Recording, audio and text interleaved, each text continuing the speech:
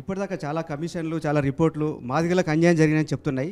చాలా రాజకీయ పార్టీలు కూడా వర్గీకరణకు అనుకూలంగా మాట్లాడుతున్నాయి. అయినా ఎందుకు ఆ ఫలాలు అందట్లేదు, ఎందుకు అది ఇంప్లిమెంట్ జరగట్లేదు? అదే అంటున్నా బ్రదర్. ఇప్పుడు పలుకుబడి ఉన్న వాళ్ళు కొంతకాలం ఆపగలుగుతారు కదా బ్రదర్. తెలంగాణ రాష్ట్ర ప్రకటన డిసెంబర్ 9, 2009లో పార్లమెంట్లో వచ్చేసింది. ఆనాడు కేంద్ర మంత్రి చిదంబరం గారు, హోంమంత్రి చిదంబరం గారు ప్రకటన చేశాడు. ప్రకటన అయిన వెంటనే ప్రకటన అది ప్రక్రియ ముందుకెళ్ళాలి కదా బ్రదర్. డిసెంబర్ 9 ప్రకటన పార్లమెంట్లో వచ్చిన తర్వాత డిసెంబర్ 11 నుంచి 23 వరకు ఉమ్మడి ఆంధ్ర రాయలసీమలో ఒక కృత్రిమ ఉద్యమం సృష్టించి డిసెంబర్ 23ని వెనుకకు నెట్టేయాలి కదా బ్రదర్. డిసెంబర్ 9 వెనుకకు నెట్టేసి డిసెంబర్ 23 వచ్చింది కదా. డిసెంబర్ 23 మళ్ళీ తెలంగాణ ప్రకటన వెనుకపోయిన కాంచి మళ్ళీ తెలంగాణ వచ్చేంత వరకు వాళ్ళ పలుకుబడితోటే ఆపగలిగినారు బ్రదర్. ఈ లోపు 1000 మంది మన పిల్లలు చనిపోయింది కదా. అంటే న్యాయమని పార్లమెంట్లోనే ఒప్పుకున్నారు కదా. తెలంగాణ ఇస్తున్నామని ప్రకటన చేశారు కదా. ఆ ప్రకటన ఎవరిని వెనుకకు నెట్టేశారు? కానీ వర్గీకరణను 2004లో కోర్టే కొట్టేసింది కదా. నేను అదే అంటున్నా, ఆనాడు కోర్టు కొట్టేసింది, ఈనాడు కోర్టు సరే అన్నది కదా. 2004లో స్టేట్కి పవర్ లేదని కొట్టేసింది. 20 ఏళ్ళు మేము ఉద్యమాన్ని నిలబెట్టుకుంటూ వచ్చామా లేదా? అంటే నేను అంటుంది కోర్టు కొట్టేసిన దాన్ని మీరు మాలలకు ఎట్లా ఆపాదిస్తారని అడుగుతున్నా. ఏది కోర్టు కొట్టేసిన విషయాన్ని అవును మాలలు అడ్డుకున్నారని ఎట్లా చెప్పగలుగుతారు? అవును, సుప్రీంకోర్టులో వర్గీకరణకు వ్యతిరేకంగా లాయర్లు పెట్టింది ఎవరు? సుప్రీంకోర్టులో ఆనాడు ప్రభుత్వం, కాంగ్రెస్ ప్రభుత్వం వర్గీకరణకు అనుకూలంగా ఎందుకు అఫిడవిట్ ఇవ్వలేదు? కాంగ్రెస్ పార్టీలో ఎవరి పెత్తనం ఉన్నది? ఇప్పుడు గురించి మా పక్కకు పెట్టండి. నేను పుట్టకముందే దామోదర సంజీవయ్య దేశంలోనే దళిత ముఖ్యమంత్రి, మొదటి ముఖ్యమంత్రి. ఆయన మాలే కదా. ఇవాళ మల్లికార్జున ఖర్గే కాంగ్రెస్ పార్టీ జాతీయ అధ్యక్షుడు, ఓకే, ఆయన మాలే కదా. ఇప్పుడు మాట్లాడుతున్న సమయానికి నేను పుట్టకముందే కాంగ్రెస్ పార్టీ జాతీయ అధ్యక్షుడు, కాంగ్రెస్ పార్టీకి కూడా సంజీవయ్య అయ్యిండు కదా. మీ దృష్టికి తీసుకొస్తున్నా నేను.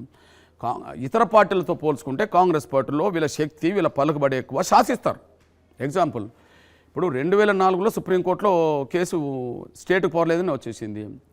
ఓకే, మరి 2004లో కాంగ్రెస్ యూపీఏ గవర్నమెంట్ ఉన్నది కదా. యూపీఏ గవర్నమెంట్కు మీరు సుప్రీంకోర్టులో లాయర్ని పెట్టి వాదించండి, లేదా అఫిడవిట్ ఇవ్వండి అని చెప్పి మేము రిక్వెస్ట్ చేశాం కదా. ఆనాడు కేంద్ర యూపీఏ ప్రభుత్వాన్ని శాసించింది ఎవరు? మాలలే కదా. అప్పుడు వెంకటస్వామి పెద్ద నాయకుడు ఉన్నారు కదా, చక్రం తిప్పి, ఇంటర్నల్గా చక్రం తిప్పి వర్గీకరణ వ్యతిరేక శక్తుల్ని ప్రోత్సహించింది ఎవరు? వీళ్ళ నానే కదా. అందరూ తెలిసిన విషయమే కదా. ఆనాడు పనబాక లక్ష్మి కేంద్ర మంత్రి కదా. ఆనాడు జేడీసీలో ఉన్నాడు కదా, చింతమోహన్ ఉన్నాడు కదా, హర్షకుమార్ ఉన్నాడు కదా, వీళ్ళందరూ ఉన్నారు కదా. అంతేకాదు, వాళ్ళ శక్తి పలుకుబడి ఏ స్థాయిలో ఉంటుందంటే యూపీఏ గవర్నమెంట్ను 3 నడిపారు. ప్రధానమంత్రి మన్మోహన్ సింగ్ టెక్నికల్గా, ఆయన కార్యాలయంలో కాంతారావు ఐఏఎస్ అధికారి ఉన్నాడు మాల. యూపీఏ చైర్పర్సన్ శ్రీమతి సోనియా గాంధీ గారు, సోనియా గాంధీ గారే యూపీఏ ప్రభుత్వానికి చైర్పర్సన్ అవుతే ఆమెకు సలహాదారుడు కొప్పుల రాజు మాల. ఓకే, రాహుల్ గాంధీ గారు యువనేత, క్యాబినెట్లో ఒక నిర్ణయం తీసుకున్నా కూడా కాగితాలు చింపేంత శక్తివంతుడు అప్పుడు. మరి రాహుల్ గాంధీ గారు సలహాదారుడు రాజశేఖర్ ఐఏఎస్ మాల. ఇప్పుడు మీరు చెప్పండి బ్రదర్, మేము ఎక్కడున్నాం, వాళ్ళు ఎక్కడున్నారు? మేము పుట్టకముందు వాళ్ళు ముఖ్యమంత్రులు అవుతారు, ఉద్యోగం నడిపే సమయానికి యూపీఏ గవర్నమెంట్ని చేతులు పెట్టుకుంటారు. ఇప్పుడు వర్గీకరణ సుప్రీంకోర్టు తీర్పు అనుకూలంగా వచ్చిన తర్వాత కూడా ఆపడానికి వాళ్ళు ప్రయత్నం చేస్తుంటారు. సాక్ష్యం ఒక మాట చెప్తున్నా నేను. అంటే కాంగ్రెస్ ప్రభుత్వంలో మాలల పెత్తనం ఉంది, వాళ్ళు మిమ్మల్ని అడ్డుకున్నారు అంటున్నారు కదా. బీజేపీ మీకు అనుకూలంగా ఉందా, అమలు చేస్తుందని నమ్మకం మీకుందా? బీజేపీ ఎందుకు అమలు చేయాలి తెలంగాణలో? తెలంగాణ కాదు, బీజేపీ పాలిత రాష్ట్రాల్లో. బీజేపీ పాలిత రాష్ట్రాల్లో సమస్య ఉన్న కాడ వాళ్ళు ముందుకెళ్ళిండ్రు. ఎగ్జాంపుల్, ఎన్నికల సమయంలో ఎస్సీ వర్గీకరణ అంశం సుప్రీంకోర్టు జడ్జిమెంట్ వచ్చింది హర్యానా ఎన్నికలప్పుడు. హర్యానా ఎన్నికల్లో వాళ్ళు మేనిఫెస్టోలో పెట్టేశారు. ఓకే, వర్గీకరణ చేస్తామని చెప్పేశారు. ఓకే, మళ్ళీ గవర్నమెంట్ వాళ్ళది వచ్చింది, క్యాబినెట్ తీర్మానం చేసి వర్గీకరణ చేశారు కదా. అక్కడ ఎస్సీ వర్గీకరణ అంశం ప్రధాన ఎజెండాగా ఎన్నికలకు ముందు మారింది. అది హర్యానాలో వాళ్ళు హామీ ఇచ్చిండ్రు, అధికారంకి వచ్చినాక చేసిండ్రు. ఏమడ్డానికి వచ్చింది? వాళ్ళు కూడా కమిటేశారు, 10 రోజులు రిపోర్ట్ తెచ్చుకున్నారు. రైట్, ఇదే విషయం పైన కేంద్ర మంత్రి అర్జున్ రామ్ మేఘ్వాల్ అన్నట్టు ఆయన లా మినిస్టర్గా ఉన్నారు. ఇప్పుడు ఆయన సుప్రీంకోర్టు తీర్పును అమలు చేస్తారని మొన్న పార్లమెంట్ సెషన్స్లో ఒక ఎంపీ అడిగితే మేము దాని గురించి ఇప్పుడు ఏం చెప్పదలుచుకోలేదు, మేము అమలు చేసే అవకాశం లేదని మాట్లాడుకొచ్చారు ఆయన.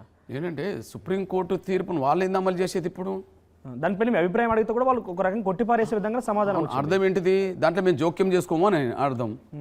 సుప్రీంకోర్టు ఇచ్చిన తీర్పు మీద మేము జోక్యం చేసుకోమని అర్థం.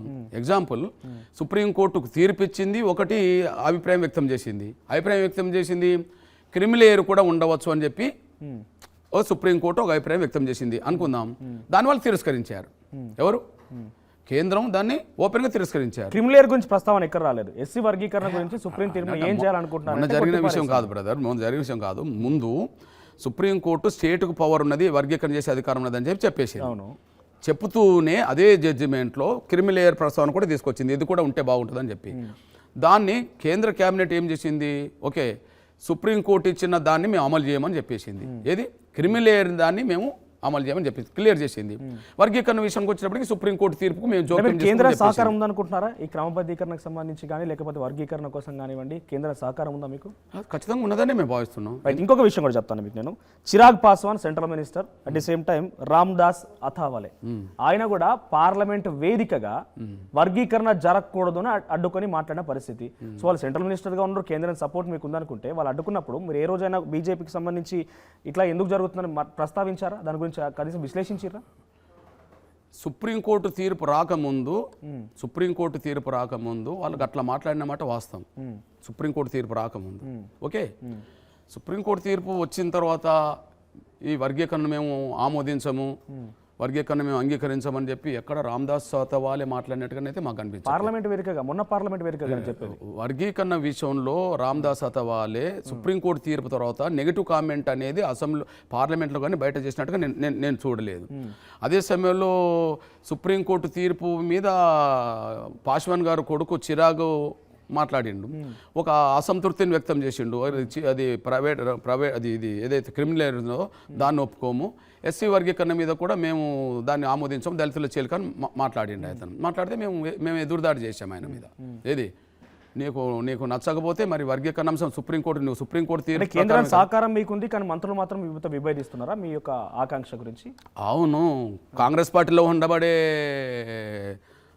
వివేకు కాంగ్రెస్ తీర్మానానికి విరుద్ధంగా మాట్లాడతలేడు. ఏడ కాంగ్రెస్ పార్టీలో ఉన్నాడు కదా.